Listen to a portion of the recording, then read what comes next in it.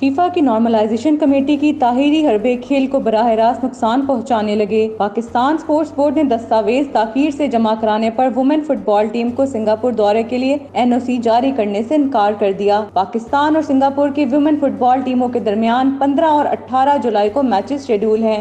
ذرائع کا کہنا ہے کہ شیڈول میچز کے لیے پاکستان ویمن فٹ بال ٹیم کو 13 جولائی کو سنگاپور روانہ ہونا تھا۔ PSB کا کہنا ہے کہ فیڈریشنز NOC کے لیے تمام دستاویزات 6 ہفتے پہلے بھجواتی ہیں۔